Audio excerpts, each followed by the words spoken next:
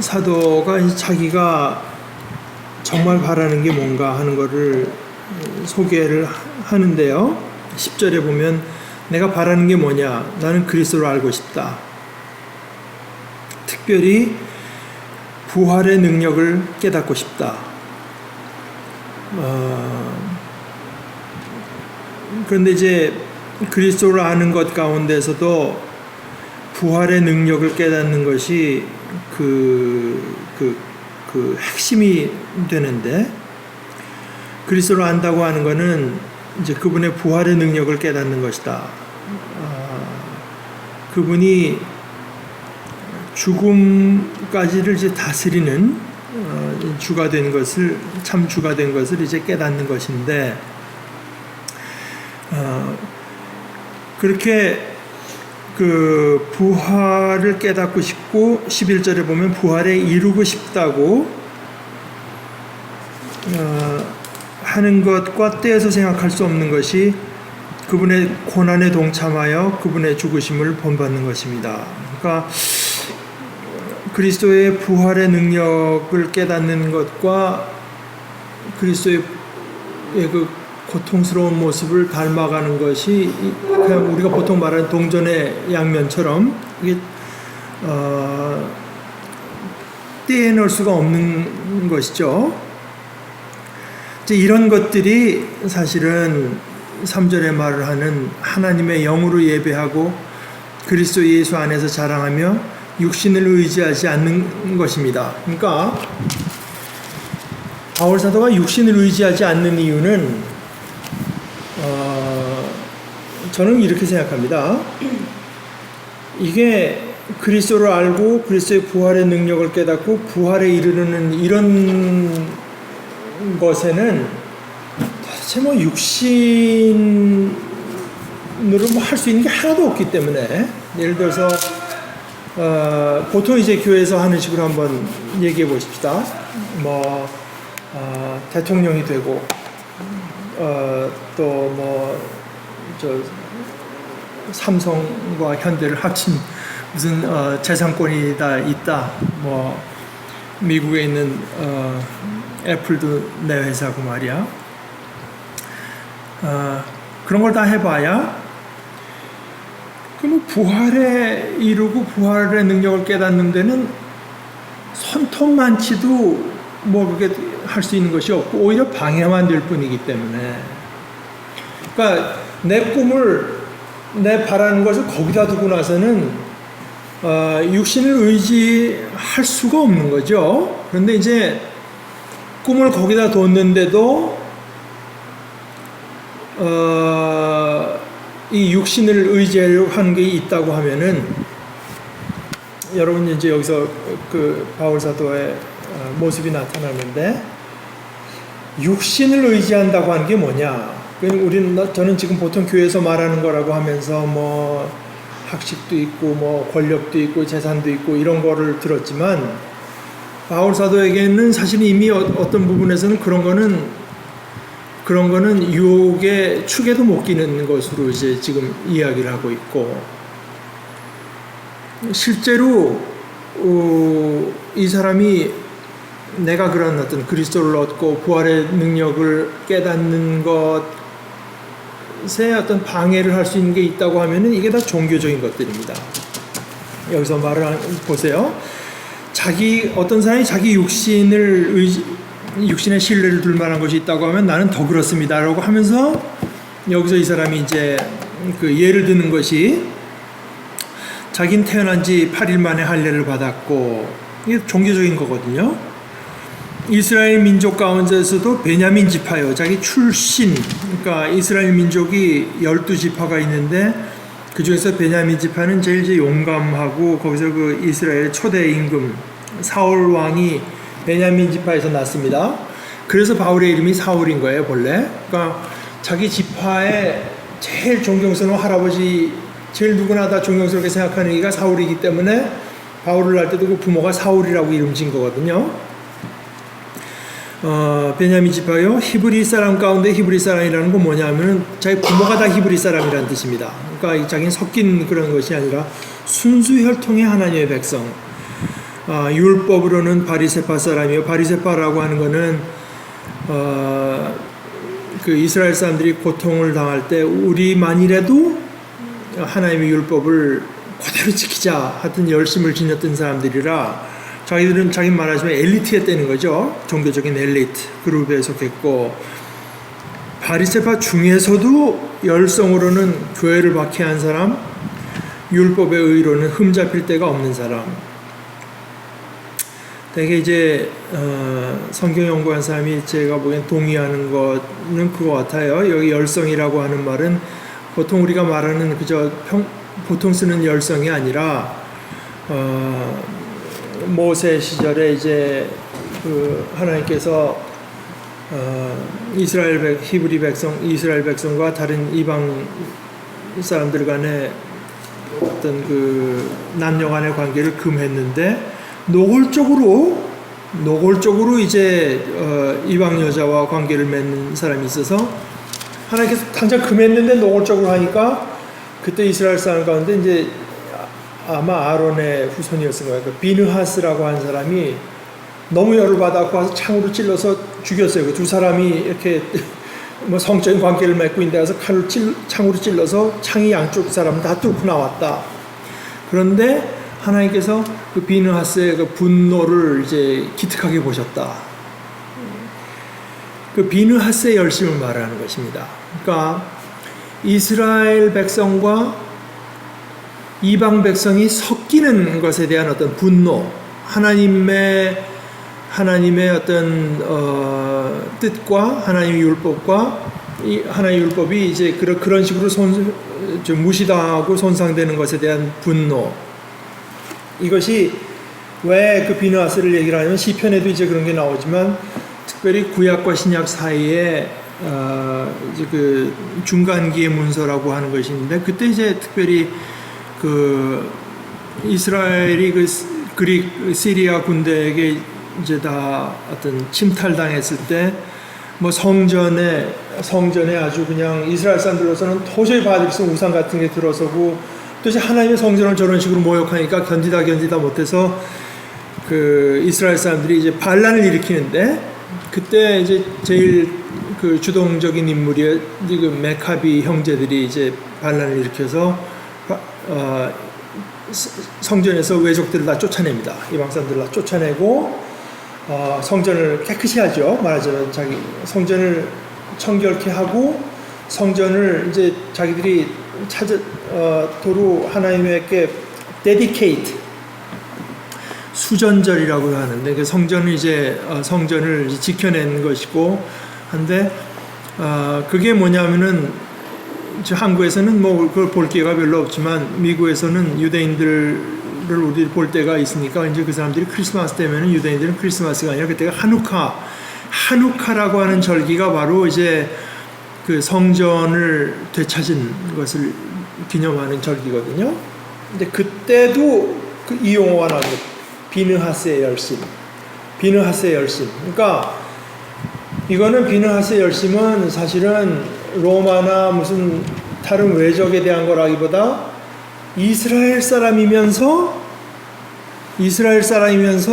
그 하나님 순수 하나님께 대한 신앙을 왜 이방 사람들과 혼합시켜버린 사람, 더럽힌 사람에 대한 열심이 이제 그러니까 바울 사도가 바로 그거거든요.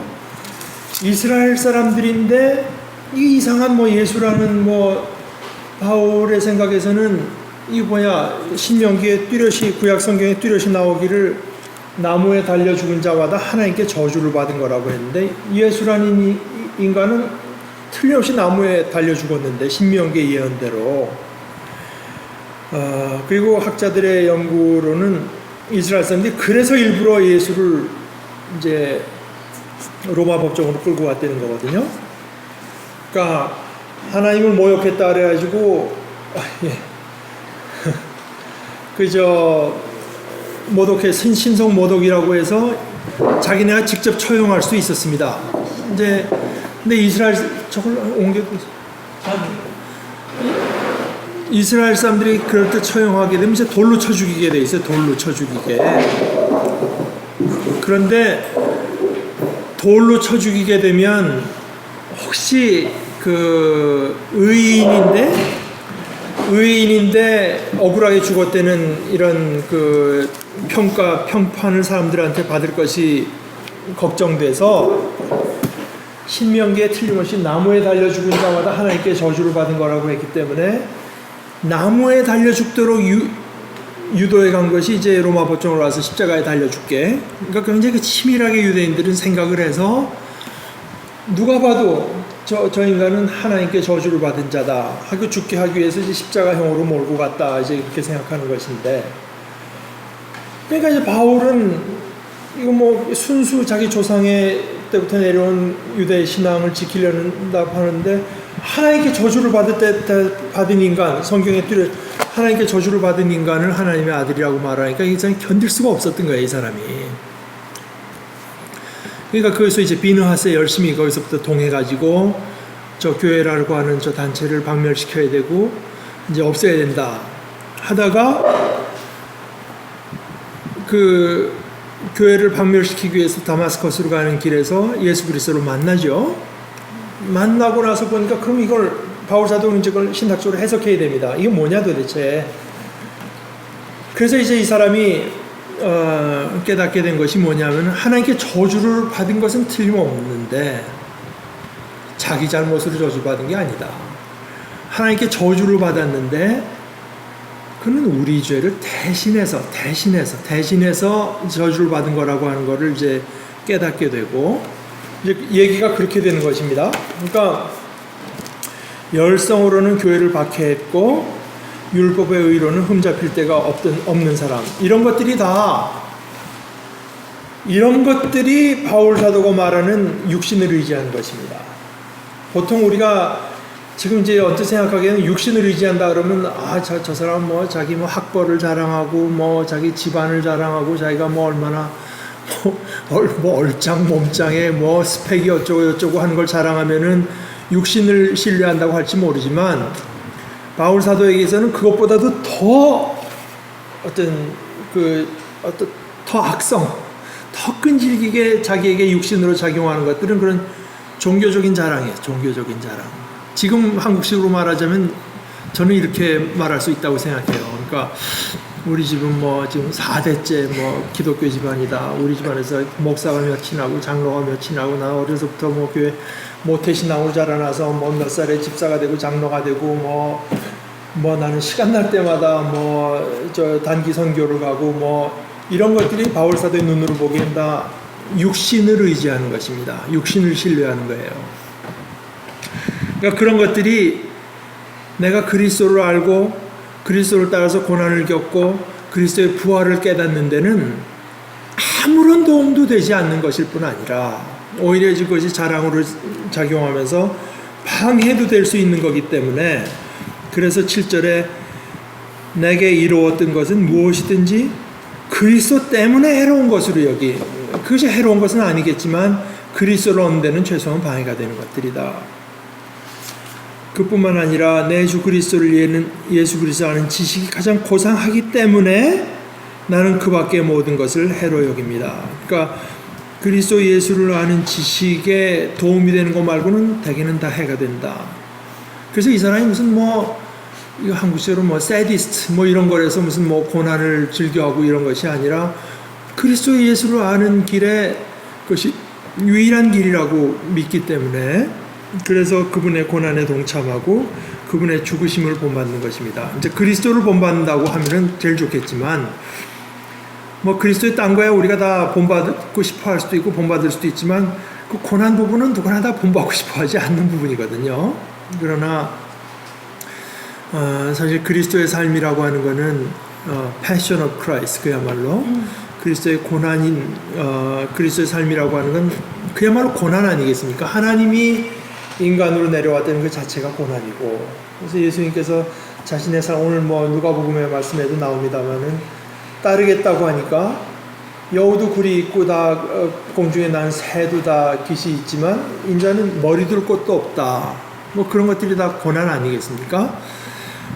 그래서 이제 그리스도를 본받는 것은 사실은 이제 그 에센스에 있어서는 그분의 고난에 동참하는 것이고, 고난에서도 또 해근이 죽으심을 본받는 거기 때문에, 그러니까 그리스도를 본받는 데 있어서는 자기는 하나도 주저하고 싶지 않고, 하나도 뭐 요만큼만 하면 되지 않을까 이런 생각을 하고 싶지 않다. 그래서 나는 그리스도를 얻고 그리스도 안에 있는 사람으로 인정받으려고, I want to be found. 그리스도 안에서 발견되고 싶다.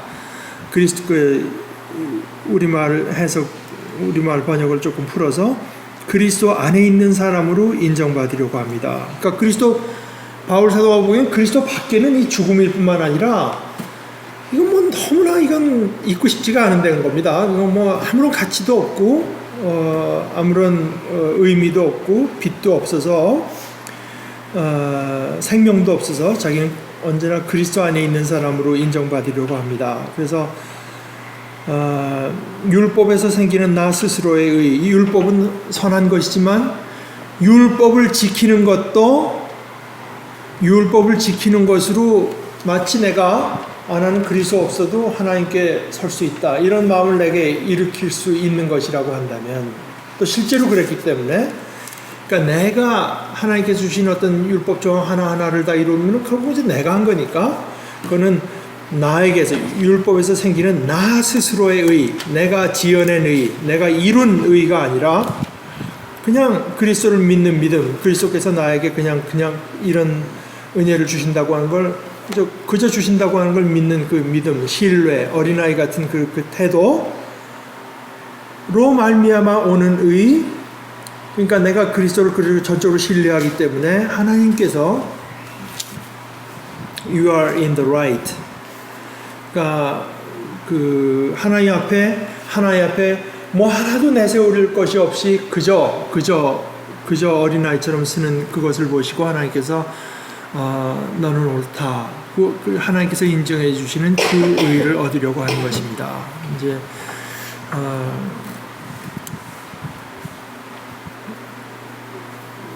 이게 사실은 우리가 좀 늘 정신을 깨서 그러니까 이 유혹은 지금도 있습니다. 성경 말씀이 절대로, 그러니까 옛날의 교훈, 지금 우리에게는 해당되지 않는 옛 말이 되는 부분이 성경에 하나도 없어요. 그러니까 육신을 의지한다고 하는 것이 제일 집요하게 나타나는 것 중에 하나가 제 생각에 아직까지도 종교적인 것 같아요. 그러니까 우리가 교회를 열심으로 섬길 수 있고 출석할 수 있고 또 그래야 마땅하다고 생각을 하지만 그것도 유혹이 될 수가 있다. 그것도. 그러니까 그런데 이런 말을 해서 참 이게 어떨지 모르겠지만, 그런데 그걸 조장하는 세력도 제 눈에는 뭐 굉장히 많이 보입니다.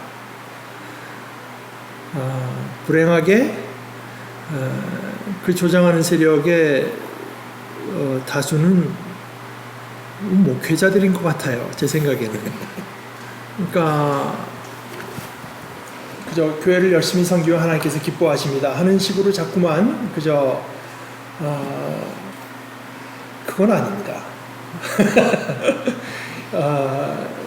우리들의 마음의 핵심도 그리스도를 알고 그리스도의 부활의 능력을 깨닫고 그의 그리스도를 본받는 게 돼야 되는 것이지, 그리고 그 일환으로서 그것이 나타나는 것으로 이제 교회도 섬기고 하는 것이지, 이게 좀 잘못되게 되면은 교회 일에 열심을 내는 것으로 그리스도를 본받는 것을 때우려는 그런 유혹으로 작용할 수가 있고, 오히려 그런 유혹은 제가 보기에는 교회가 자신의 메인 무대인 목회자에게 그 유혹이 훨씬 더 클 수 있다. 저는 이제 그렇게 보고 있습니다. 그러니까 물론 꼭 교회뿐만은 아니고 이제 그러나 보세요. 제가 지금 말하는 것은 종교와 신앙. 우리의 신앙인으로서 종교를 떠날 수는 없죠. 그러나 이게 신앙과 종교가 제자리를 찾아가지 않으면 잘못하면 종교가 우리들의 신앙의 대칭물처럼 그래서 하나의 참 극단적으로 말하면 하나의 우상이 될 수도 있다. 이제